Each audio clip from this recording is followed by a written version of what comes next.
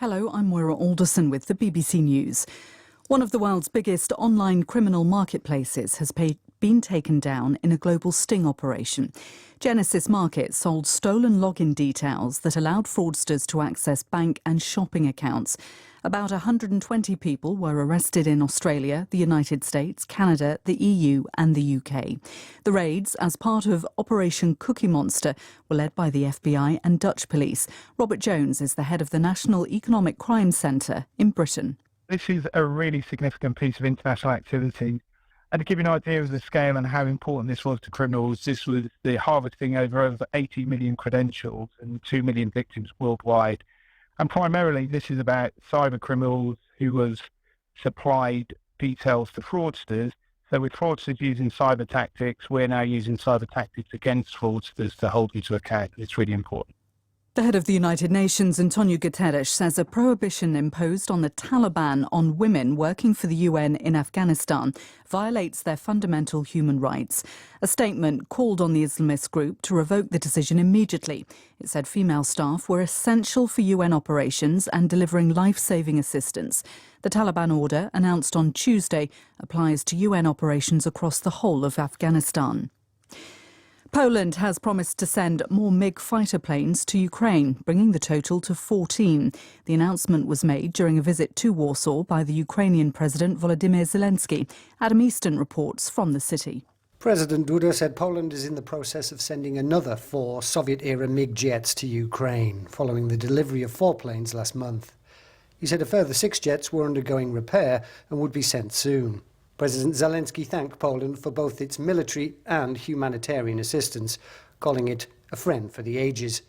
He said fighting in the eastern city of Bakhmut was difficult, where Ukrainian forces risked being encircled by Russian troops. The most important thing, he said, is to protect soldiers' lives. A man in the Czech Republic has been given a 6-month suspended jail sentence and fined for wearing symbols endorsing Russia's invasion of Ukraine. He attended an anti-government rally in Prague last month. Rob Cameron reports. The man was detained wearing a black jacket with a patch of the notorious Wagner mercenary group, as well as a Z badge sewn onto his backpack. The court said this satisfied the legal definition of denying, questioning or approving genocide. In closed session, it handed down a 6-month suspended sentence, a fine of some €500, and banned him from entering Prague for a year. The man has the right to appeal, in which case a full public trial will be held. World News from the BBC. A court in Zimbabwe has found the spokesperson for the main opposition party guilty of spreading false news and fined her $500. Fadzayi Mahere's party, the Citizens Coalition for Change, is challenging President Emmerson Mnangagwa in this year's elections.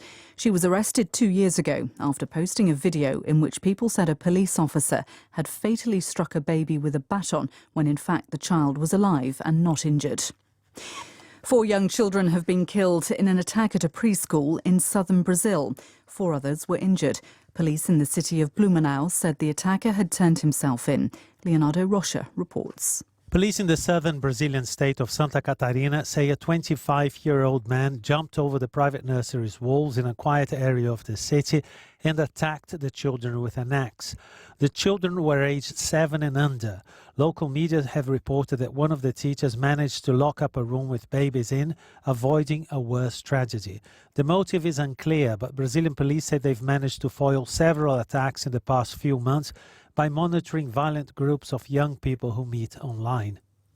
Italy's former Prime Minister Silvio Berlusconi has been admitted to intensive care in a hospital in Milan. Local media say the 86-year-old is being treated for lung problems. Mr. Berlusconi has struggled with poor health in recent years and was discharged from hospital only last week. A Spanish actress who caused controversy last week after revealing she'd had a baby by surrogacy has announced the child is biologically her dead son's. Ana Obregon said she had paid a surrogate in the United States as it's illegal in Spain.